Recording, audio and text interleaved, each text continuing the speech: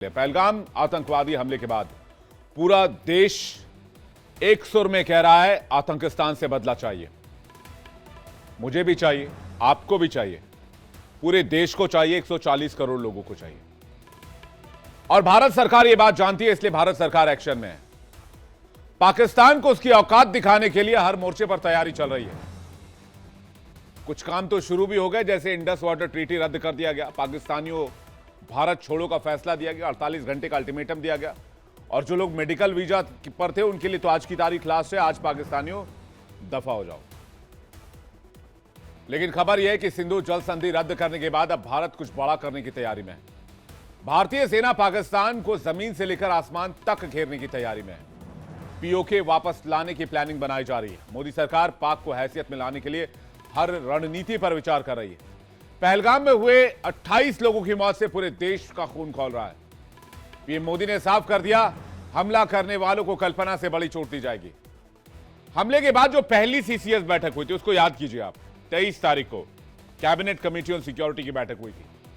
हालांकि उस दरमियान प्रधानमंत्री दुबई के दौरे पर थे, सऊदी के दौरे पर थे, लेकिन फिर भी सीसीएस की बैठक में 23 तारीख के बाद पाकिस्तान के पैरों तले जमीन खिसक गई, पाकिस्तान को प्यासा मरने पर मजबूर किया। अब कल एक बार फिर से प्रधानमंत्री मोदी की अध्यक्षता में दूसरी बार सीसीएस की बैठक होने जा रही है, लेकिन प्रधानमंत्री इसमें फिजिकली पहली बार होंगे। पहली वाली बैठक में प्रधानमंत्री को फोन पर सारी जानकारी दी जा रही थी, उनको लूप में रखा गया था। लेकिन दूसरी सीसीएस की बैठक के बाद क्या होगा? जब पहली सीसीएस की बैठक के बाद पाकिस्तान घुटनों पर आ गया है, दुनिया भर में जाकर रहम की भीख मांग रहा है, भारत से भी कह रहा है कि बात कर लीजिए हमसे, हम बातचीत के टेबल पर आने को तैयार हैं। भारत से लगातार गुहार कर लगा रहा है कि उसने पहलगाम आतंकी हमला नहीं किया। यहां तक कि पहली सीसीएस की बैठक में जो एक्शन लिया गया उसके 48 घंटे के बाद से जिस आतंकी संगठन ने इस आतंकी हमले की जिम्मेदारी ली थी वो भी यूटर्न मार गए, यानी कि टीआरएफ। तो दूसरी सीसीएस की बैठक के बाद क्या होगा? पाकिस्तान बचेगा या नहीं बचेगा? या पीओके को मिलाने के लिए स्ट्रेटेजिकली रणनीतिक तौर पर फेज वाइज काम शुरू हो जाएगा? कई कयास लगाए जा रहे हैं। कयास ये भी लगाए जा रहे हैं कि आतंकी आका पाकिस्तान को मोदी सरकार जोरदार झटका देने की तैयारी में है। भारत ने पाकिस्तान और आतंकियों का खात्मा तय कर लिया है, यह बात तो मानकर चलिए। और दुश्मनों को सबक सिखाना भी बहुत जरूरी है, क्योंकि बहुत हो गया बर्दाश्त करते करते, सब्र की इंतहा हो गई है। इसलिए केंद्र की मोदी सरकार एक्शन मोड में है। प्रधानमंत्री नरेंद्र मोदी खुद सुरक्षा की तैयारियों की एक डिटेल्स ले रहे हैं, समीक्षा कर रहे हैं, आतंकिस्तान के खिलाफ महा प्लान बना रहे हैं। पहली सीसीएस की बैठक में क्या हुआ था? सिंधु जल संधि रोक दी गई थी, विद इमीडिएट इफेक्ट कहा गया था। सारे बॉर्डर सील कर दिए गए थे, अटारी बॉर्डर के जो चेकपोस्ट है, इसके अलावा जितने चेकपोस्ट है सब सील कर दिए गए। पाकिस्तान के लिए सार्क वीजा छूट योजना जो है रद्द की गई।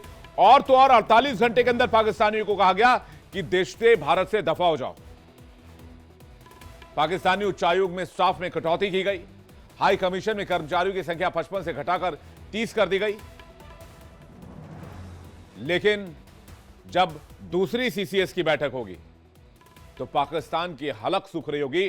पाकिस्तान में वहां के जो प्रधानमंत्री हैं वो ऊपर वाले से हाथ उठाकर दुआ मांग रहे होंगे कि भारत हमला न कर दे। इस बड़ी खबर पर बने रहेंगे, लेकिन फिलहाल आपको गोरखपुर लिए चलते हैं, जहां सीएम योगी कुछ कह रहे हैं। प्रधानमंत्री मोदी जी के आभारी हैं कि जिनके प्रयासों के परिणाम स्वरूप एक स्वच्छ और सुंदर वातावरण में लोगों को रहने का अवसर प्राप्त हुआ और देश का भविष्य, हमारा नौनिहाल आज सुरक्षित जीवन जीने के लिए स्वतंत्र दिखाई दे रहा। आज उसको कहीं कोई बाधा नहीं, बीमारी का भय नहीं, इंसेफ्लाइटिस का भय नहीं। हर घर में शौचालय बनाए जा रहे हैं, हर घर में जल पहुंचाया जा रहा है, हर घर से कूड़ा कलेक्शन का कार्य हो रहा है। और कूड़ा कलेक्शन के कार्यक्रम के अंतर्गत जहां ये चरगांवा में, ये गोरखपुर के उत्तरी क्षेत्र के डोर टू डोर कूड़ा कलेक्शन की 20 वार्ड के लिए 200 टन पर डे के हिसाब से गार्बेज कलेक्शन का एक लक्ष्य रखा गया, उसके लिए यहां केंद्र बनाया गया है। तो शहर में अन्य जगहों पर भी इस प्रकार के कार्यक्रम प्रारंभ हुए हैं। लाल डिग्गी में बन रहा है, सुतनी में एक 500 टन पर डे के लिए वेस्ट टू वेल्थ के कार्यक्रम को बेहतर तरीके से आगे बढ़ाने का एक कार्यक्रम चल रहा है, जहां पे वेस्ट से तारकोल बनाने का कार्यक्रम, वेस्ट से तमाम अन्य ऐसे प्रोडक्ट बन सकते हैं जो अब तक कचरा था, हम कल उसको टाइल के रूप में, अन्य कंपोस्ट के रूप में उसका उपयोग करते हुए अपने किचन गार्डन को और खेती में उसका उपयोग करके अपनी खेती की उर्वरा शक्ति को भी बढ़ा सकते हैं। यह काम पहले भी हो सकता था, 2014 के पहले भी हो सकता था, लेकिन 14 के पहले जो सरकार थी, देश उनके एजेंडे में नहीं था। राज्य के अंदर 17 के पहले भी हो सकता था, लेकिन जो सरकार थी उसके एजेंडे में आम जनता नहीं थी, उसके एजेंडे में केवल वोट बैंक था। हर एक कार्य को वोट की निगाहों से देखते थे और इसीलिए उन्होंने जो दुर्गति की, प्रदेश की भी और देश की भी, वो सबके सामने है।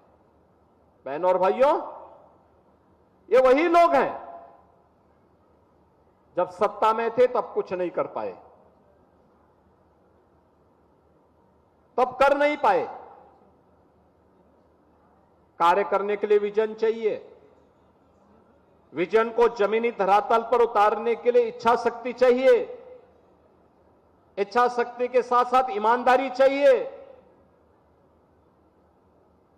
एक व्यापक दृष्टिकोण के साथ लग करके उसे परिणाम में बदलने के लिए एक टीम वर्क चाहिए। लेकिन जहां पे परिवार को ही देश मान लिया हो, जहां परिवार को ही सब कुछ मान लिया हो, उन लोगों से उम्मीद करना कि वे कुछ दे पाएंगे, कुछ कर पाएंगे, यह अपने आप में ही एक बेईमानी होगी। और यही बेईमानी वे प्रदेश के साथ समाजवादी पार्टी और देश के साथ कांग्रेस और उसके सहयोगी दल करते रहे। ये लोग यही कार्य करते रहे, इसी का परिणाम था। एक बरसात होती थी, पूरा सिटी जलमग्न होता था, शहर में मच्छरों की बौछार थी, गंदगी का अंबार था, इंसेफ्लाइटिस की बीमारी 15 जून के बाद प्रत्येक घर को एक दहशत के माहौल में जीने के लिए मजबूर करती थी। लेकिन आज एक गार्बेज ट्रांसफर स्टेशन की स्थापना हो रही है। आज सॉलिड वेस्ट मैनेजमेंट के लिए और लिक्विड वेस्ट मैनेजमेंट के लिए बेहतरीन प्रयास हो रहे हैं। नेचुरल पद्धति से भी प्रोसेसिंग की कार्रवाई हो सकती है, शुद्धिकरण के कार्यक्रम को हम आगे बढ़ा सकते हैं। गोरखपुर आज उसका एक मॉडल बना है और उसी मॉडल के क्रम में आज यहां पर मुझे इस कार्यक्रम के लोकार्पण कार्यक्रम में यहां पर आना पड़ा है, जहां पर आपने देखा होगा, मैं चाहूंगा पार्षदगण भी देखें और अन्य लोग भी जाकर के देखें कि जो कूड़ा आपके घर का है, उस कूड़े को कैसे उपयोगी करके, कैसे उसको यहां पे ला करके उसको उपयोगी बनाया जा रहा है और सिटी को सुंदर और स्वच्छ बनाया जा रहा है। यह एक कार्यक्रम यहां पर हो रहा है। दूसरा, सिटी जल जमाव से मुक्त हो। गोड़धया नाले के निर्माण का कार्य युद्ध स्तर पर चल रहा है। पिछले दिनों मैंने भी निरीक्षण किया था। आप देखिए, जिस दिन ये कार्य पूरा हो जाएगा, मैं धन्यवाद दूंगा उन लोगों को जिन लोगों के मकान आए, लेकिन उन लोगों ने इसमें सहयोग किया और आज ये नाला का कार्य पूरा हो रहा है। आने जाने के लिए भी मार्ग मिलेगा, स्वच्छ वातावरण भी मिलेगा। जो लोग गोड़धया नाला के अगल बगल निवास करते हैं, उनका जीवन भी अब एक अच्छा जीवन आप उसको मान सकते हैं कि अच्छी स्थिति में उनको रहने के लिए अवसर मिलेगा, अच्छे गार्डन वहां विकसित हो पाएंगे। और बरसात कितनी भी बड़ी होगी, कहीं जल जमाव नहीं होगा। जल जमाव नहीं होगा। आज गोरखपुर बदल चुका है। जो भी आता है अभिभूत होकर के जाता है। तो सीएम योगी आदित्यनाथ गोरखपुर के बारे में बात करते हैं, इस खबर पर हम चर्चा करेंगे। लेकिन ये जो दो नकारा और निकम्मे आपको मेरे बगल में नजर आ रहे हैं, एक असीम मुनीर, एक शाहबाज शरीफ, इन दोनों ने कटोरा लेकर 24 बार आईएमएफ से लोन लिया है और अभी एशियन डेवलपमेंट बैंक में अर्जी दी हुई है कर्ज के लिए। इसके अलावा चीन और अमेरिका के पास तो कितनी बार गए होंगे इन भिखारियों की, इसकी कोई गिनती ही नहीं है। लेकिन फिर भी जंग की बात कर रहे हैं। पहलगाम आतंकी हमले के बाद प्रधानमंत्री ने साफ कह दिया था कि आतंक पर ऐसा प्रहार किया जाएगा जिनकी इन लोगों ने कल्पना तक नहीं की होगी। लेकिन आप देखिए कि किस तरह से हलक में जान है इन लोगों की। हमले में पाक फौजी, क्योंकि यह जाहिर हो चुका है, हाशिम मूसा का नाम सामने आया जिसने एसएसजी में ट्रेनिंग की है और सर्व भी किया पाकिस्तान में। इधर भारत में बैठकों का दौर लगातार जारी है। जंग की आशंका से घबराया पाकिस्तान आतंकियों को पीओके में लॉन्चिंग पैड से हटा रहा है ताकि दुनिया की नजरों में खुद को पाक साफ दिखा सके। आतंकियों को सुरक्षित ठिकानों पर पहुंचाया जा रहा है क्योंकि आतंकी इनके लाडले जो ठहरे, आतंकियों को पालता है, पोसता है, फिर भारत में इन्फिल्ट्रेट कराता है कि कश्मीर लुट गया, इस्लाम खत्म हो गया, कश्मीर में इस्लाम बचा लो, जल्दी जाओ जिहाद करो, 72 हूरें मिलेंगी और पता नहीं क्या क्या। धर्म की चाशनी चटाकर दशकों से आतंक का एक खेल खेला जाता रहा है। लेकिन अब बहुत हो चुका है। अब इसका सर्वनाश बहुत जरूरी है और इस आतंक के आकब का भी सर्वनाश बहुत जरूरी है। बातचीत करने के लिए कि सीसीएस की दूसरी बैठक के बाद पाकिस्तान का क्या होने वाला है, हमारे साथ जुड़ रहे हैं major general SVP Singh, defence expert. हमारे साथ जुड़ रहे हैं air chief marshal Nitin Vaidya, defence expert. Major general retired JK Bansal, defence expert. Major general Anuj Mathur, defence expert. Akush Srivastava, वरिष्ठ पत्रकार, इस वक्त हमारे साथ जुड़ रहे हैं। आप सभी मेहमानों का बहुत स्वागत है और दर्शकों आपका भी बहुत स्वागत करते हैं। कल सीसीएस की दूसरी बैठक होने वाली है।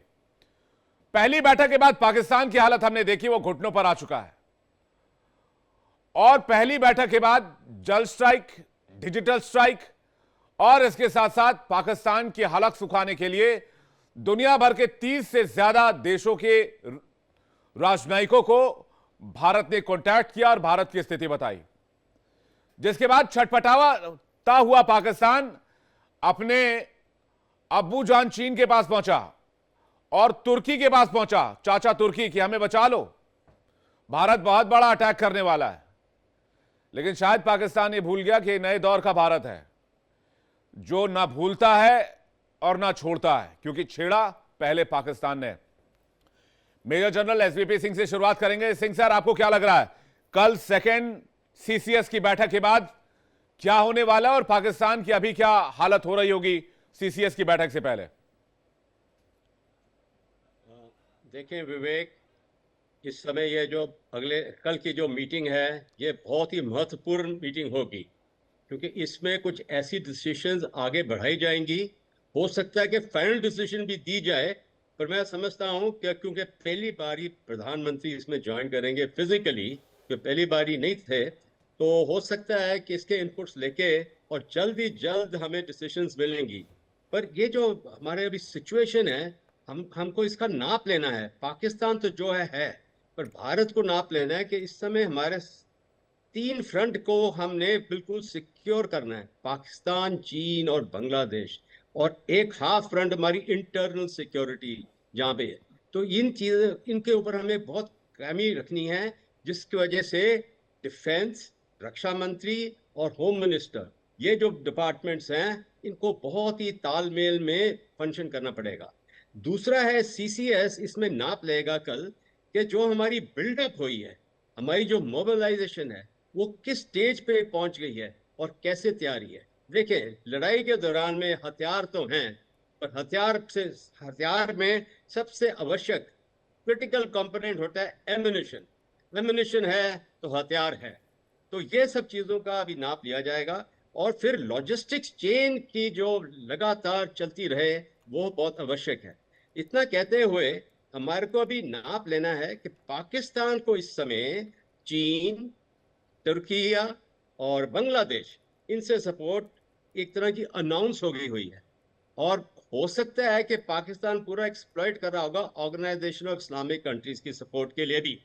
तो भारत को इस समय America, France, Israel, UK, Japan और रूस के साथ, रूस का रवैया बहुत हमारे लिए आवश्यक है। वो क्या अपनाता है इस समय, खुद वो अपनी लड़ाई में लगा हुआ है।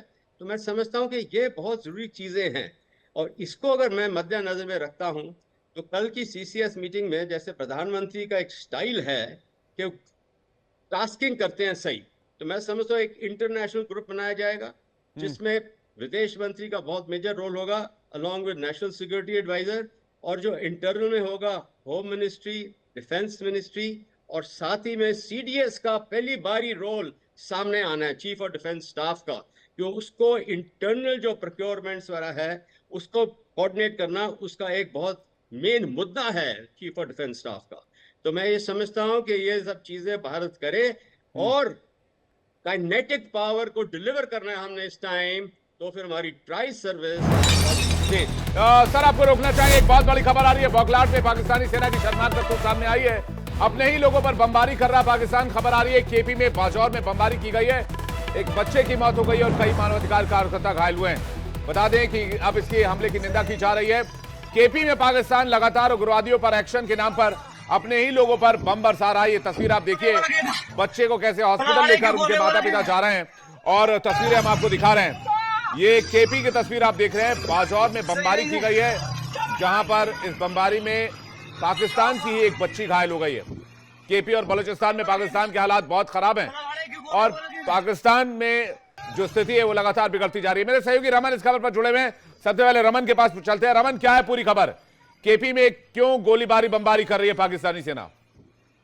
देखिए, लगातार जिस तरीके से पाकिस्तान को चारों तरफ से घेरा जा रहा है, एक तरफ से बीएलए जो है वो पाकिस्तान को घेरे हुए है, दूसरी तरफ से अफगानिस्तान और खैबर पख्तूनख्वा का जो इलाका है वहाँ टीटीपी के लड़ाके जो है वो लगातार पाकिस्तान की सेना के नाक में दम कर रखे हैं। उधर से एलओसी पर भारतीय सेना ने जो है वो एक दबाव बनाकर रखा है। यही कहीं ना कहीं हम ये समझ सकते हैं कि बौखलाहट है पाकिस्तानी सेना की, जो खैबर पख्तूनख्वा के इलाके में उन्होंने उतारी है और खैबर पख्तूनख्वा के बाजारों में हवाई हमला किया गया है पाकिस्तान की वायुसेना की तरफ से, और जिसमें एक बच्चे की मौत हो गई है और कई लोग जो है वो घायल होने की जानकारी जो है वो फिलहाल मिल रही है।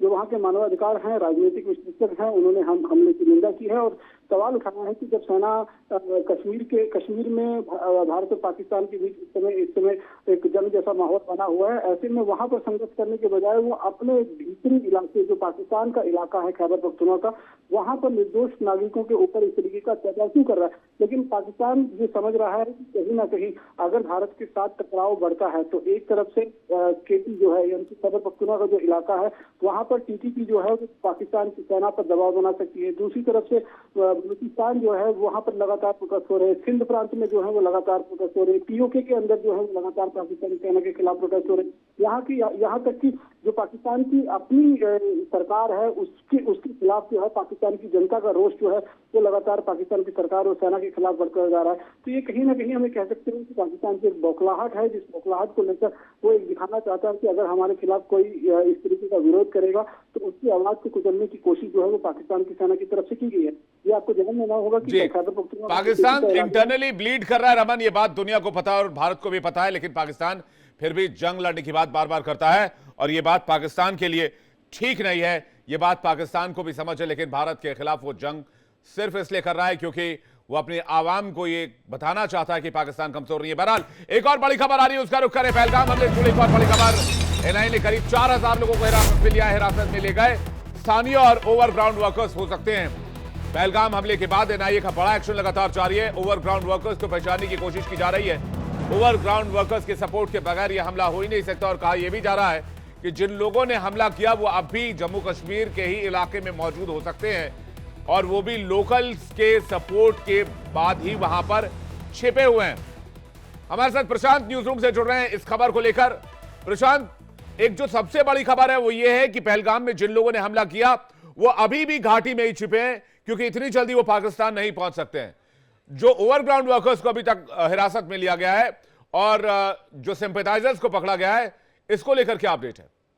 देखिए, बहुत बड़ी अपडेट ये है कि 4250 लोगों को अभी तक जो है वहाँ से पकड़ा गया है, और अभी भी जो है 200-250 लोगों की जो है जांच अभी और हो रही है, और लोगों को ढूंढा जा रहा है, क्योंकि अभी तक जो है जो इंटेल एनआईए और लोकल पुलिस को मिला है उसमें साफ तौर पे कहा गया है कि और भी लोग जो है जो इनकी आतंकवादियों की जो पहलगाम हमले के आतंकवादी थे उनकी मदद की थी, तो लोकल सपोर्ट बहुत ज़्यादा था। इनको रेकी करने ये लोग आते थे, उनके घरों में रुकते थे।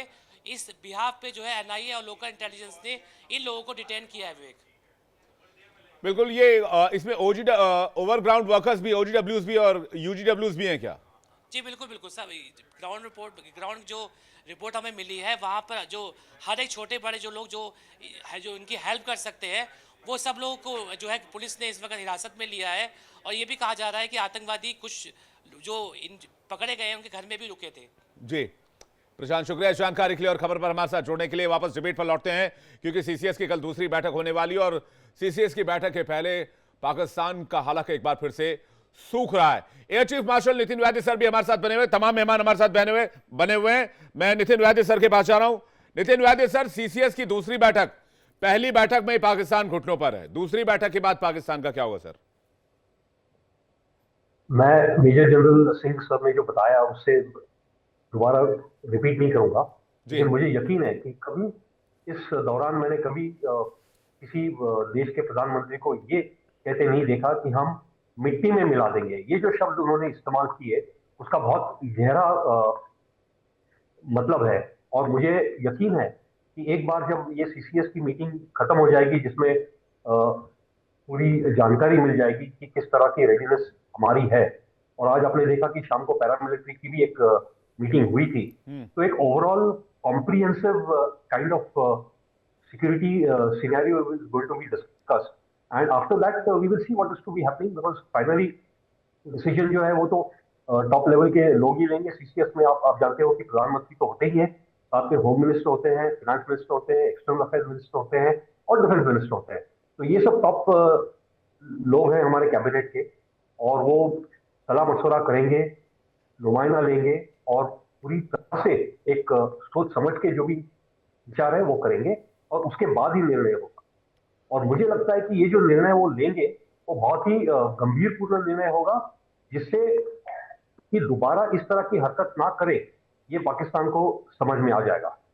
जैसे आपने शुरू में कहा था कि जनरल असीफ मुनीर थे, मुझे यकीन है कि उन्होंने जिस तरह से ये कांड किया है शायद शहबाज शरीफ को भी पता नहीं होगा, और उसी की तरह तो परवेज मुशर्रफ ने किया 1999, जो हमारे प्रधानमंत्री गए थे पाकिस्तान, और साथ में उन्होंने पीछे से कारगिल में पोस्ट ऑक्यूपाई किए। तो ये इनकी जो फितरत है ये एक बार के लिए खत्म हो जाए, इस तरह का कोई एक्शन हमारी गवर्नमेंट जरूर लेगी, ऐसा मुझे यकीन है। नहीं, आजकल एक और रिएक्शन चाहूंगा सर। आजकल पाकिस्तान और JF-17 के वीडियो जारी कर रहा है जो लो लेवल पे फ्लाई कर रहे हैं, और वो सोशल मीडिया पर डाल रहा है जिससे कि भारत वो वीडियोस पहुंच सके सर। ये तो एक पोस्चरिंग की बात है। आपने देखा कि JF-17 जो एरोप्लेन चाइना मेड है वो कभी भी किसी भी कोई स्कर्मिश में, वॉर तो नहीं, स्कर्मिश में भी कभी इस्तेमाल नहीं किया है, और हमारे जो प्लेन्स हैं वो वॉर एस्टैब्लिश प्लेन्स है। आप MiG-29 ले लो, आप Su-30 ले लो, आप मिराजेस ले लो, आप जगुआर ले लो, आप राफेल ले लो। तो ये इस तरह का पोस्चरिंग जो पाकिस्तान कर रहा है, वो जिसको आप बोलते हैं कि जब डर जाते हैं तो कुछ तो दिखाना है, कुछ तो करना है कि हम तैयारी में है, इस तरह की वो हरकतें कर रहे हैं। This is the last bit of effort जिसको आप कहते हैं, वो करने की कोशिश कर रहे हैं, क्योंकि अब जब अगर युद्ध हुआ तो मैं जानता हूं कि पाकिस्तान इस बार कभी अपना सर उठा नहीं पाएगा। बिल्कुल, मुझे जहां तक मैं समझ पा रहा हूं इन पूरे बैठकों को और बाकी चीजों को, मुझे लगता है इस बार पीओके की तैयारी हो रही है। मैं मेजर जनरल अनुज माथुर का रिएक्शन चाहूंगा, फिर मेजर जनरल जेके बंसल सर आपके पास आ रहा हूं, फिर अक्कू सर आपके पास आ रहा हूं। माथुर सर।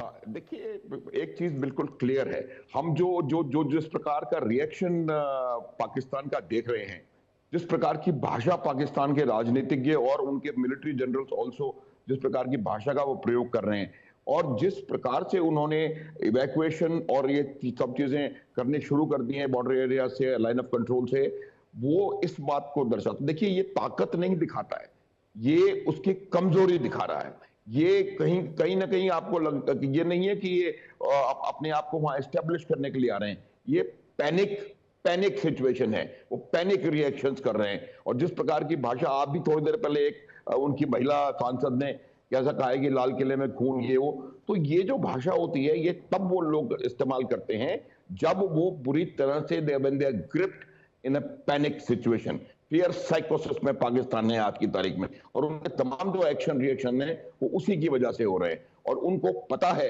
कि कोई भी एस्केलेशन अगर हुआ तो उसके बहुत ज्यादा गंभीर परिणाम पाकिस्तान के लिए होंगे। पाकिस्तान की जो इकोनॉमिक सिचुएशन आज की तारीख में है, एस्केलेशन के साथ वो इकोनॉमिक सिचुएशन और खराब हो सकती है। उसके अलावा जो उनके लिए इंटरनल इश्यूज हैं वो और ज्यादा खराब हो। आज आप देखिए किस प्रकार से बलोचिस्तान में, खैबर पख्तूनख्वा में लगातार रिएक्शंस होते जा रहे हैं, उनके कॉन्वॉयज को रोका जा रहा है, कॉन्वॉयज पे हमला हो रहा है। तो ये तमाम चीजें जो, देखिए क्या होता है, कल भी मैंने कहा था कि आपकी स्ट्रेंथ इस बात पे निर्भर नहीं है कि आपके पास कितनी फौज है। स्ट्रेंथ ये होती है, व्हाट मैटर्स इज कि उस फौज में से आप क्या अपने पॉइंट ऑफ डिसीजन पे अप्लाई कर सकते हो। और आज की जो परिस्थिति पाकिस्तान में है, उनके जो रिजर्व फॉर्मेशन हैं वो उनके वेस्टर्न थिएटर में बुरी तरह से बॉक डाउन है और वहां पर डिप्लॉयड है, उनको वो उठा नहीं सकते। तो ये बात हमको समझनी चाहिए। और मैं एक मिनट विवेक, मैं कहना चाह रहा हूं कि हमको मालूम होना चाहिए कि पाकिस्तान की हमला करने की जो पॉसिबिलिटी है, शक्ति है, वो बहुत कम है। आपको स्ट्राइक करने के लिए अपने स्ट्रेटेजिक रिजर्व की जरूरत होती है, जो कि मुझे नहीं लगता कि उनके पास एज ऑफ नाउ अवेलेबल है। इसीलिए वो इस प्रकार के हरकत और रिएक्शंस करवा करके भारत का को वो जज या प्रोवोक करने की कोशिश कर रहे हैं, पहली बात। दूसरी बात, जहां तक सवाल सीसीएस की मीटिंग का है, देखिए प्रधानमंत्री का बिल्कुल क्लियर उनको पता है कि जो ग्रेजुएटेड रिस्पांस होगा वो क्या रिस्पांस होगा, और उनको एग्जैक्टली मालूम है कि उन्होंने पहले दिन क्या कर चुके हैं, दूसरे दिन क्या करने वाले हैं, और आने वाले 15 दिनों में वो क्या होगा।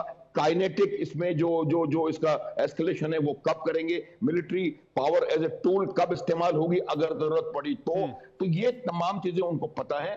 और अब कल की जो बैठक, महत्वपूर्ण बैठक हो रही है, उसमें जो अगला इनका स्टेप इन ग्रेजुएटेड रिस्पांस में, अगला जो रिस्पांस है वो निकल करके सामने आएगा। मेरा ये मानना है कि आने वाले रिस्पांसेस में एक बहुत मेजर कंपोनेंट जो होगा वो पाकिस्तान की इकोनॉमी के ऊपर अटैक करने का होगा। हमको जाकर के अंतरराष्ट्रीय समुदाय से और ये जो वर्ल्ड बैंक, एडीबी और आईएमएफ और ये जितने भी लोन गिविंग एजेंसीज हैं, उनसे उन्होंने 50 लोगों से तो ऑलरेडी लोन ले रखा है, उनको पता नहीं है आज की तारीख में लोन कहां से वापस करेंगे। उसके अलावा एक ब्लॉकेड की संभावना हमारे पास है, ताकत हमारे पास है। तो कहीं ना कहीं आपको देखने को हो सकता है मिले, जब मिलिट्री एस्केलेशन किया जाए तो पहला स्टेप में भी एनेबल ब्लॉकेड हो सकता है। तो ये हमें समझना जी बिल्कुल। और मैं पीओके को लेकर बात कर रहा था, मैं अक्कू सर और बंसल सर के पास आ रहा हूं। बंसल सर, पीओके में जो एक्टिविटीज चल रही हैं, मेजर थ्रेट हमें पीओके से आता है, मेजर इन्फिल्ट्रेशन पीओके से होता है।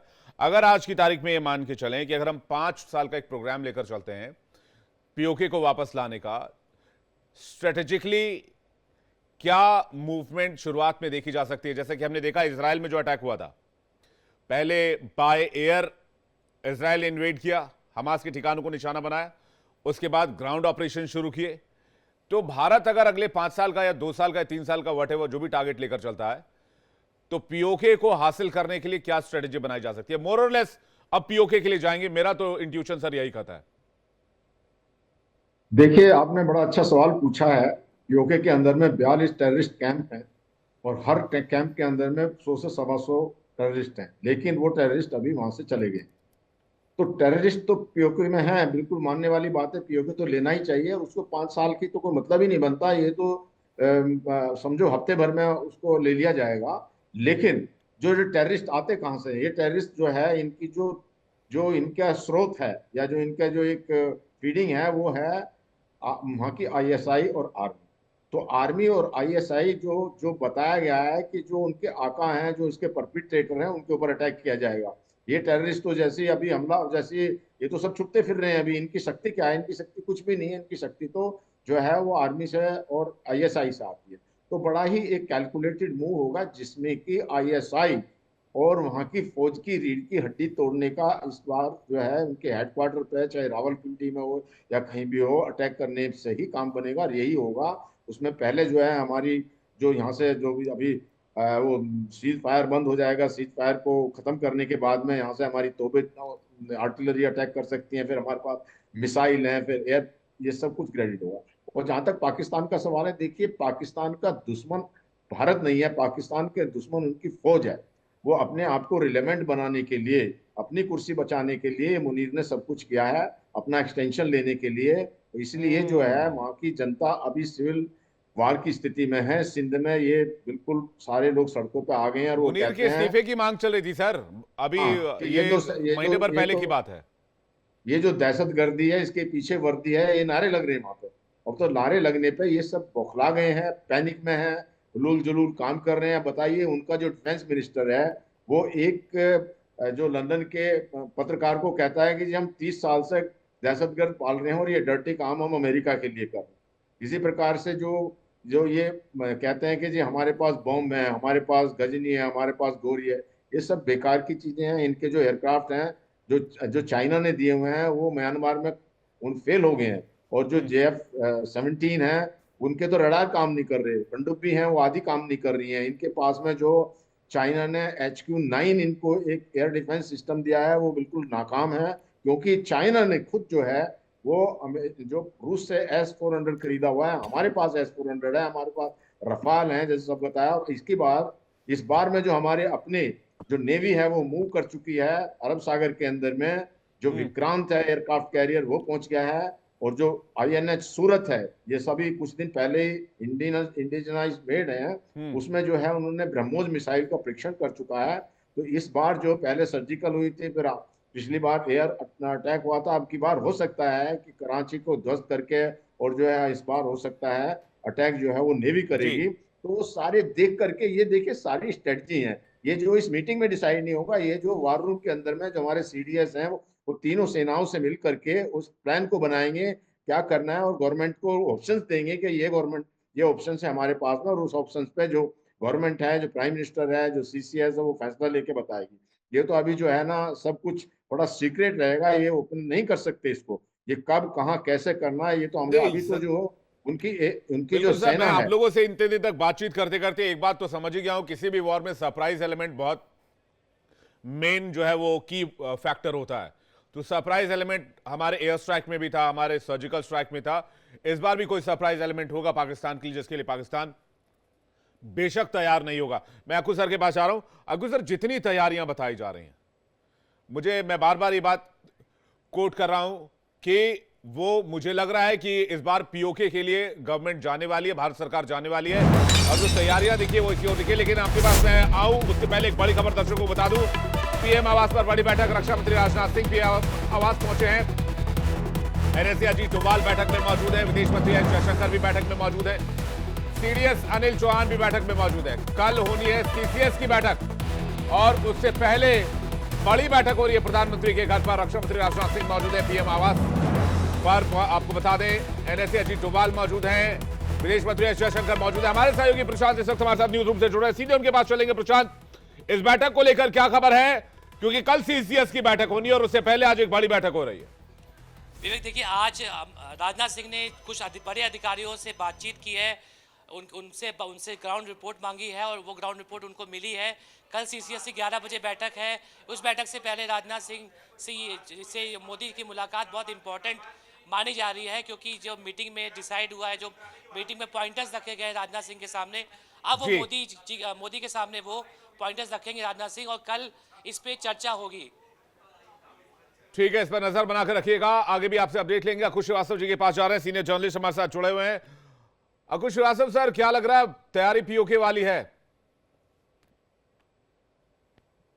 देखिए, मुझे नहीं लगता कि इस समय हमें इस तरीके की कोई अटकल बहुत ज्यादा लगानी चाहिए कि तैयारी POK की है या पाकिस्तान पर हमला कहाँ से होगा, पाकिस्तान को रोका कैसे जाएगा, लेकिन हम सिर्फ संभावनाओं पर बात कर सकते हैं। तो इस बार जो अलग होगा युद्ध में, या युद्ध की, वैसे ये मान के चलिए युद्ध शुरू हो चुका है, युद्ध शुरू हो चुका है। आर्थिक रूप से पाकिस्तान को उसकी गला दबाने की कोशिश पूरी शुरू कर दी गई है, रणनीतिक रूप से करी गई है, मानसिक रूप से की गई है, और सैन्य जो आपको हमें दिखता है, जो हमें आपको दिखता है वो नहीं हुआ है बस, बाकी पूरा काम शुरू हो चुका है। और अच्छा। वो इस दिशा में बहुत बड़े स्तर पर काम किया जा रहा है। ये मैं इस बात को लेकर के मुतमईन हूं कि इस बार सिर्फ एक तरफ से, या ये कहें कि आप नॉर्दर्न रीजन से जाकर के सर्जिकल स्ट्राइक करें और वापस आ जाए, ये नहीं होने जा रहा है, बल्कि पूरी तरीके से गला दबोचने की पूरी तैयारी है, ताकि फिर वो फन नहीं उठाने पाए। और इसके लिए जितने रणनीतिक काम सकते हैं, यारों को साथ लाना, वो काम चल ही रहा है। आप सोचिए कि इतनी पाकिस्तान की इतनी बुरी स्थिति है कि आज चीन को छोड़ करके, चीन इसलिए नाम मैं ले रहा हूँ, चीन या तुर्की को छोड़ करके, तुर्की पहला नाम होना चाहिए, तुर्की और चीन को छोड़ के कोई भी सामने से कुछ भी नहीं कह रहा है।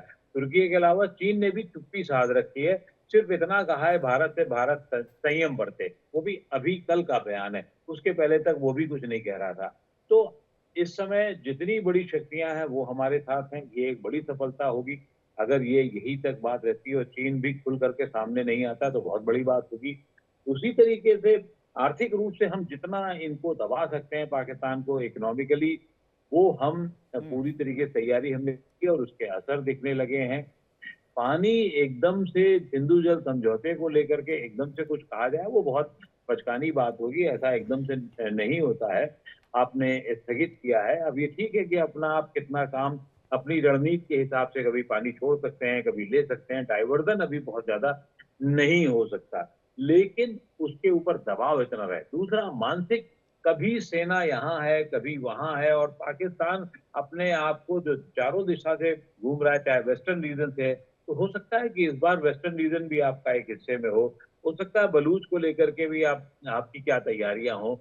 आप इसमें और एजेंसीज जिनका मैं नाम अभी नहीं ले सकता हूं, वो कितनी बड़ी भारत की एजेंसीज हैं जो तैयारियां कर रही हैं, उनका काम कितना बड़ा है। और ये जो भागते हुए कुत्ते बिल्लियों की तरीके से इधर कभी कनाडा घूम रहे हैं, कभी इंग्लैंड जा रहे हैं, उनके अलावा इनके घरों पर कैसे इनको कैसे कब्जा किया जाएगा, कबूजा जाएगा, ये भी एक रणनीतिक तैयारियों में हो सकता है।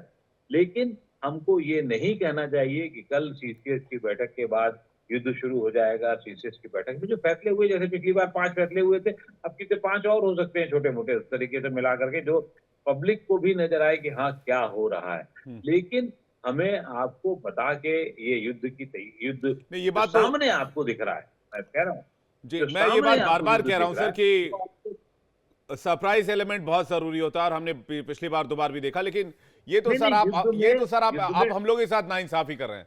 पाकिस्तान का हर आदमी, हर मंत्री, हर नेता कह रहा है एटम बम गिरा देंगे, हम पीओके की बात ना करें अक्कू सर।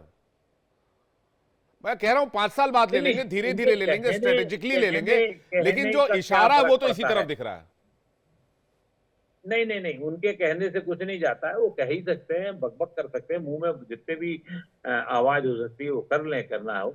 जब कर्म करने की बात आएगी तो समझ में आ जाएगा, और हमें उस तैयारी से साथ जाना होगा जिसमें हम एक लंबे अरसे तक सस्टेन कर सके, पूरे देश वालों का साथ रख सके। इस बार पहली बार ऐसा हो रहा है, जो मेरे 45 साल के पत्रकारिता कैरियर में हुआ है, कि आपका पूरा देश आपके साथ में है, कोई बहुत बड़ी फालतू के कुछ लोगों को छोड़ करके कोई आवाज नहीं उठ रही है। और उनको, जब आप ये सोच सकते हैं कि जम्मू कश्मीर विधानसभा में जब हमारे समर्थन में या हमारे लोग अपनी तरीके से बात कर रहे हैं, उमर अब्दुल्ला भी ऐसी बात कर रहे हो कि नहीं इस समय पूर्ण राज्य की बात करना बेकार है या बाकी, तो उनको पता है कि किस हद तक लोगों के मन में गुस्सा है। और ये जम्मू कश्मीर वालों को भी पता है कि 1,08,000 करोड़ रुपया जो उनको मिलता है वो पूरे देश से मिलता है, ये भी अंदाजा है उनको। उन्होंने अभी उसको पिछले 3-4-5 सालों में एंजॉय किया है, उस मस्ती को जो देश वालों ने उनको दी है पर्यटक के रूप में, बाकी और साधन में। तो इसलिए पूरा अब वो हिस्से का भी बड़ा हिस्सा हमारे साथ में है, ये हमारे लिए बहुत महत्वपूर्ण बात है। और मुझे लगता है हमें इंतजार करना चाहिए, धैर्य रखना चाहिए कि भारत सरकार क्या कार्रवाई करती है, भारतीय सेना क्या कार्रवाई करती है और किस रणनीति में। आज सीधी सीधी रणनीति नहीं हो सकती, शतरंज के खेल का खेल हो रहा, शतरंज का खेल हो रहा है और उसमें हमें अपने जितने बड़े खिलाड़ी हैं कहाँ कैसे रखने हैं, ये बहुत महत्वपूर्ण होगा। धैर्य तो थोड़ा कम हो गया है सर, क्योंकि हमने सर्जिकल स्ट्राइक भी कर लिया, हमने एयर स्ट्राइक भी कर लिया, उसके बाद भी हमने देखा कुछ सालों तक वो शांत रहे, उसके बाद फिर रीयूनाइट हुए, फिर रीग्रुप हुए और फिर हमारे यहाँ आकर 26 लोगों की जान ली। इसके पहले भी उन्होंने छोटे बड़े हमले किए, कहीं मजदूरों को मारा, कहीं डॉक्टरों को मारा, चलेगा, कहीं मजदूरों को मारा, कहीं डॉक्टरों को मारा। तो अब सब्र थोड़ा जवाब देता जा रहा है। इसलिए मैं बार बार कह रहा हूं कि क्या फेज वाइज कोई ऑपरेशन शुरू हो सकता है। सिंह सर से इसका जवाब चाहेंगे, उसके बाद बाकी मेहमान के पास आ रहा हूं। सिंह सर, देखिए, जो भी मिलिट्री ऑपरेशन होता है उसके फेज वाइज तो किया ही जाता है जी। पर इस प्रकार में मैं ये बता सकता हूं कि ऑलरेडी एक फेज चालू है और वो है जो लाइन ऑफ कंट्रोल में फायरिंग चल रही है और ये धूम धड़ाका गोलाबारी चल रही है, इसमें कोई शक नहीं। पाकिस्तान ने सीज फायर तोड़ी, उसको मुंह तोड़ जवाब मिल रहा है और उसको भुगतना पड़ेगा। तो एक तरह की ये लड़ाई का मामला ऑलरेडी चालू हो गया है। इंडस वाटर ट्रीटी का जो हुआ है वो भी एक तरह का वॉर का है, नॉन काइनेटिक मेजर है, बट वेपनाइजेशन ऑफ वाटर जैसे पाकिस्तान बोल रहा है। और हमने एक बहुत ही स्ट्रेटेजिक सक्सेसफुल स्टेप लिया है, क्योंकि इसके बाद ये जो IWTV हमने सस्पेंड की है, हमारे पास फ्यूचर के लिए फ्लेक्सिबिलिटी ऑफ एक्शंस है, अपनी ओन डिसीजन हमारे हाथ में है। तो मैं समझता हूँ कि इस समय जो इतना ही होना चाहिए। और बाकी जो बलूचिस्तान और ये सिंध और KP में पाकिस्तान ऑलरेडी तालिबान के हाथों में सफर कर रहा है, बलूची के हाथों से सफर कर रहा है, उसमें चीन भी चौकन्ना है कि उसके इंटरेस्ट हैं CPEC के। तो ये तो चलता रहेगा और ये इसकी तालमेल हो जाएगी एक समय जब पूरा लॉन्च किया जाएगा। जो भी अनफोल्ड होता है, देश की जो सरकार डिसीजन लेती है, मैं समझता हूं कि उसके ऊपर ये पूरा चलेगा। इतना कहते हुए मैं ये भी बोलूंगा कि हमारे को जो J&K में इस टाइम जो तब्दीली आई है कि जहाँ पे वहां पे अवाम ने प्रोटेस्ट किए हैं, उन्होंने अपनी आवाज सरकार के हक में, देश के हक में बोली है, ये एक बहुत बड़ा बदलाव आया है। और उस मैन पावर और वो ह्यूमन रिसोर्स जो है उसको हमने अपनाना है। अभी ये हमारे लिए अपॉर्चुनिटी है कि उनको हम अपना के रखें। तो ये भी एक बहुत मेजर रिसोर्स है। तो इतना कहते हुए मैं कहूंगा कि स्ट्रेटेजिक कम्युनिकेशन भी बहुत आवश्यक रखेगी इस समय जब ये लड़ाई की हालात है। स्ट्रेटेजिक कम्युनिकेशन का मतलब मेरा कि मीडिया को कंट्रोल करना, अपना नैरेटिव को कंट्रोल करना, इंटरनेशनल फोरम्स में कैसे पेश करना है, तो वो बहुत जरूरी है। और ये मैं सर लगातार अपने मैं जब से ये अटैक हुआ है तब से मैं लगातार कहता रहा हूं, जैसे जैसे कश्मीर से खबर आई, नितिन वैद्य सर के पास जा रहा हूं, जैसे जैसे कश्मीर से खबर आई, जैसे जैसे वहां प्रोटेस्ट हुए, जैसे जैसे सॉलिडारिटी दिखाई गई अगेंस्ट टेररिज्म, मैंने कहा पाकिस्तान 47 के बाद सबसे बड़ी जंग हार चुका है। 1947 के बाद से आज की तारीख तक पाकिस्तान जो एक जंग कश्मीर में कश्मीर के लोगों के सपोर्ट से लड़ रहा था, वो जंग वो हार चुका है। जो सॉलिडारिटी इस बार दिखाई गई है, लेकिन फिर भी कुछ ऐसे OGWs हैं जिन पर कार्रवाई जरूरी है, जिन पर एक्शन जरूरी है, जिस पर NIA लगी हुई है। नितिन वैद्य सर, क्या यह पाकिस्तान के लिए अब तक का सबसे बड़ा सेटबैक है? पाकिस्तान एक जंग, बहुत बड़ी जंग हार चुका है। विवेक जी, मैं मानता हूं कि आप जो कह रहे हो बिल्कुल सही है, क्योंकि जिस तरह से कश्मीर की आवाम जो हिंदुस्तान के पास आ गई है पिछले 4 साल से, जब आर्टिकल 370 निकल गया है, 35A निकल गया है, और उनको पता चल रहा है कि इस तरह से डेवलपमेंट हमारे यहाँ भी हो सकती है, और ये डेवलपमेंट से हर एक फैमिली की प्रगति होती है, बच्चे पढ़ाई करते हैं, मेन स्ट्रीम में आते हैं और अपना अपना एक करियर बना सकते हैं, एक खुशहाल जिंदगी जी सकते हैं। ये जब इनको पता चल गया तो इसका आप देखोगे कि इस बार जब पुलवामा में जब अटैक हुआ तो कितने सारे नॉर्मल सिटीजन्स ने अपनी आवाज उठाई और कहा कि ये जो दहशतगर्दी की बात चल रही है, ये आतंकवादी जो कर रहे हैं वो बिल्कुल गलत है, क्योंकि ये आतंकवादियों ने सिर्फ हमारे लोगों को नहीं मारा है, उन्होंने इनकी रोजी रोटी भी छीन ली है। और इस तरह से जब ये हरकतें करते, इसके बाद पहले भी उन्होंने की थी, लेकिन अब की बार जो ये सपोर्ट हमको लोकल लोगों से मिला है, और जैसे आपने कहा कि असेंबली में भी उमर अब्दुल्ला ने ये बात कही है, मुझे लगता है कि we have a lot of support in J&K now than it was ji. about 4-5 years ago. और मुझे लगता है कि इस तरह से अगर हो तो हमारी जो रणनीति आगे जो चलेगी उससे मुझे लगता है कि Pakistan will not be able to sustain this kind of a thing and they will definitely lose grip over what is happening in the POK of Pakistan. बिल्कुल, और यही बात मैं लगातार कहता रहा हूं। मैं आपकी बात से बिल्कुल सहमत हूं। माथुर सर के पास जा रहा हूं, इसलिए मैं बार बार कह रहा हूं कि ये पीओके के लिए भी, वापस लाने के लिए भी बिल्कुल परफेक्ट विंडो है। माथुर सर।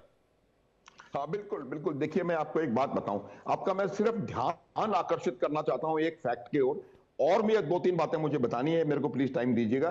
पहला मैं ध्यान इस बात को तरफ आकर्षित कर रहा हूं विवेक, आपका और सारे का, सब लोगों का, कि 1971 में 27 मार्च को 1971 में प्रधानमंत्री इंदिरा गांधी ने जनरल मानेकशॉ को कहा था कि आप हमला करें, और तब जनरल मानेकशॉ ने जवाब दिया था कि हमला कब, कहां, कैसे होगा ये आप हम पर छोड़ दें, हमला होना है ये आपने बता दिया।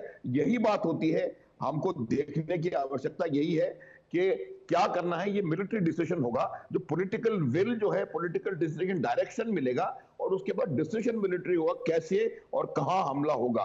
तो इसके लिए मेरा मानना है कि हम इसको बहुत ज्यादा यहां पर डायरेक्ट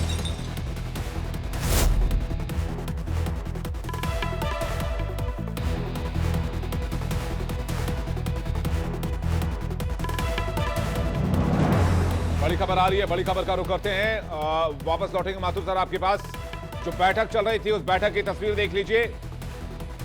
यहां पर तीनों सेना के प्रमुख, राजनाथ सिंह रक्षा मंत्री नजर आ रहे हैं और अजीत डोवाल नजर आ रहे हैं। इसके अलावा सीडीएस भी नजर आ रहे हैं, चीफ ऑफ डिफेंस स्टाफ जो हैं अनिल चौहान, वो भी नजर आ रहे हैं। तो ये तस्वीर इस वक्त आप देखिए, ये तस्वीर पाकिस्तान में खौफ पैदा करने के लिए काफी है। प्रधानमंत्री की अध्यक्षता में यह बैठक हो रही है जिसमें रक्षा मंत्री मौजूद हैं, national security adviser Ajit Doval मौजूद हैं, तीनों सेना प्रमुख मौजूद हैं और साथ साथ सीडीएस भी मौजूद हैं। तो एक बड़ी तैयारी इस वक्त चल रही है। पहलगाम में आतंकी हमला जो हुआ, आतंकिस्तान से बदला लेने की बड़ी तैयारी, आतंकियों का सर्वनाश करने की बड़ी तैयारी और भारत के पलटवार की बड़ी तैयारी। प्रधानमंत्री ने कहा था कि इस घटना में शामिल आतंकी और इस घटना में जिम्मेदार लोगों को ऐसी सजा दी जाएगी जो उनकी कल्पना से भी परे होगा। माथुर सर, आप अपनी बात पूरी कीजिएगा, फिर मैं बंसल और अक्कू सर के पास जा रहा हूं। हाँ, तो मैं जो बता रहा था वो आपको कि ये जो लड़ाई, जैसे कि उन्होंने श्रीवास्तव साहब ने बताया थोड़ी देर पहले, युद्ध जो होता है दो राष्ट्रों के बीच में हमेशा 3 फ्रंट्स पे साइमल्टेनियसली लड़ा जाता है, और 3 फ्रंट जो होते हैं वो होता है, एक होता है इकोनॉमिक फ्रंट, वो लड़ाई शुरू हो चुकी है, और मैंने थोड़ी देर पहले भी कहा कि अब हमें वर्ल्ड बैंक, IMF, इनको FATF को कहना पड़ेगा कि किस प्रकार का आतंकी देश है, जहां की हर लीडर कह रहा है कि हम एटम बम फोड़ देंगे। बिल्कुल। हाँ, तो इसका ये आतंकवादी मानसिकता है, ऐसे लोगों को ब्लैकलिस्ट में करना चाहिए, गिरे में भी नहीं। तो ये मुझे लगता है कहीं ना कहीं इसको कैच करने की जरूरत है। और सबसे ज्यादा इंपॉर्टेंट चीज है जो भारतवर्ष का रिएक्शन है, उसको हाईलाइट करना है। जो रिएक्शन सिर्फ कश्मीरियों का नहीं, जो रिएक्शन बाकी अपोजिशन पार्टीज का भारत से आया, असदुद्दीन ओवैसी का जो रिएक्शन आया, डॉक्टर फारूक अब्दुल्ला ने जो कहा है, उमर अब्दुल्ला ने जो कहा है, महबूबा मुफ्ती ने जो कहा है, ये बातें पूरे आज तक के इतिहास में कभी नहीं हुई। ये बातें ज्यादा से ज्यादा पाकिस्तान की तरफ पहुंचनी चाहिए कि जो आप बीज कड़वा बो रहे थे भारतवर्ष में, कश्मीर में पिछले 70-80 साल से, वो आपका यही वजह है सर, ये बातें पहुंच चुकी है मुझे लगता है ऑलरेडी, इसलिए वो चीन का कबाड़ JF-17 लो एरिया में उड़ा रहा है। हाँ, वही लो फ्लाइंग जोन में। ये जो रिएक्शंस हैं, जो मैंने बोला, एग्जैक्टली रिएक्शंस फियर साइकोसिस के रिएक्शंस हैं, फियर साइकोसिस के रिएक्शन है। बिल्कुल, मैं आपकी बात से सहमत हूं। मैं जल्दी से बंसल सर का रुख करता हूं, उसके बाद अक्कू सर आपकी बात। बंसल सर, इस मीटिंग के बारे में क्या लगता है आपको, क्या चर्चा हुई होगी? सीडीएस मौजूद है, तीनों सेना प्रमुख मौजूद है, रक्षा मंत्री हैं, NSA हैं और प्रधानमंत्री हैं। देखिए ऐसा है, ये बड़ी सीक्वेंस में मीटिंग हो रही है। पहले सीडीएस की और अपने डिफेंस मिनिस्टर की मीटिंग होती है, फिर डिफेंस मिनिस्टर सीडीएस की मीटिंग होती है। कल जो मीटिंग है उसमें ये सारी सिचुएशन बराबर रिव्यू होती रहती है। रिव्यू ये होती रहती है कि जो हमारी NIA की टीम इन्वेस्टिगेशन कर रही है और जो काउंटर टेररिज्म चल रही है उसका क्या लेटेस्ट हो रहा है, जो बॉर्डर के ऊपर में फायरिंग है, हमारे काउंटर जो फायरिंग कैसी हो रही है, हमारे जवानों की कितनी सुरक्षा है। तीसरा, डिप्लोमेटिकली जो है पाकिस्तान को कितना घेरा जा रहा है, क्योंकि डिप्लोमेटिकली जब पाकिस्तान के डिफेंस मिनिस्टर ने ये एक्सेप्ट किया है एक चैनल के ऊपर में कि 30 साल से दहशतगर्दी कर रहे हैं और ये डर्टी काम जो है हम अमेरिका के लिए कर रहे हैं, तो उन बातों का मुद्दा जो है हमारे जो रिप्रेजेंटेटिव है यूएन में उठाया है। तो ये सब बातों को आंकलन करने के लिए ये मीटिंग है और उसमें जो अपने अपने इनपुट देते हैं, फिर जो एक बात होती है आगे का क्या है, तो डे बाय डे जो सिचुएशन बदलती जा रही है और क्या होना चाहिए डे बाय डे पे वो हो रहा है। जो लॉन्ग टर्म जो मेजर्स हैं या लॉन्ग टर्म में जो क्या होने वाला है, वो तो जो बहुत ही एक मिलिट्री एक वार रूम के अंदर में ये डिसाइड होगा कि हाँ क्या करना है। तीनों आर्मी के चीफ होंगे, सीडीएस होंगे और वो अपने जो विकल्प हैं वो गवर्नमेंट को देंगे या प्राइम मिनिस्टर के सामने रखेंगे और फिर उनमें से जो विकल्प 1 2 3 जितने भी ऑप्शंस हैं उसके ऊपर में फिर ये एक्शन होगा। तो इस तरह की जो मीटिंग है ये इसकी प्रिपरेशन है कल, और जो ये रिव्यू है वो बहुत जरूरी होता है कि रिव्यू करना डे बाय डे कि क्या अभी आगे बहुत ऐसे घटनाक्रम है जो बहुत जल्दी से बदल रहे हैं। लेकिन जहां तक हमारी तैयारी है वो पूरी तैयारी है, उसमें कोई दो राय नहीं है।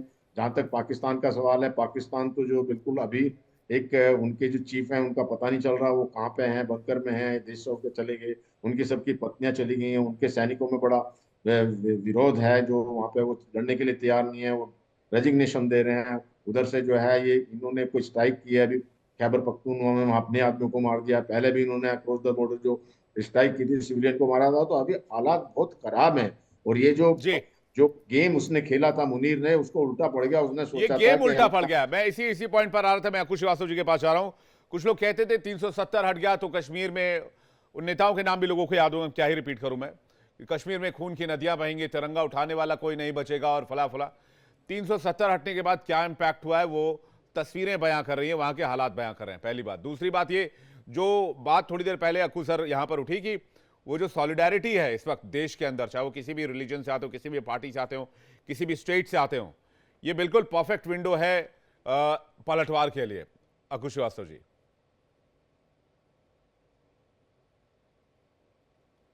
सर आपका माइक चेक कीजिएगा और प्लीज।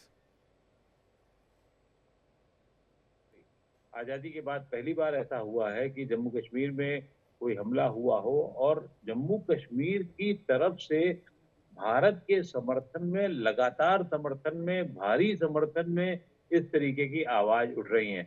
बीच बीच में उसके बावजूद भी वहां उठती रहती है और देश के हिस्से से भी 1 2 3 4 कोनों से कभी कभी जहां बहुत ज्यादा आवाजें उठने लगती थी, लेकिन इस बार ऐसा कतई नहीं हो रहा है। तो ये अपने आप में बहुत बड़ी बात है और ये हम सबकी सफलता है, सरकार की सफलता है जिसने इस बात को जिस तरीके से उठाया है और लोगों ने जिस सही संदर्भों में समझा है वो बहुत बड़ी सफलता है।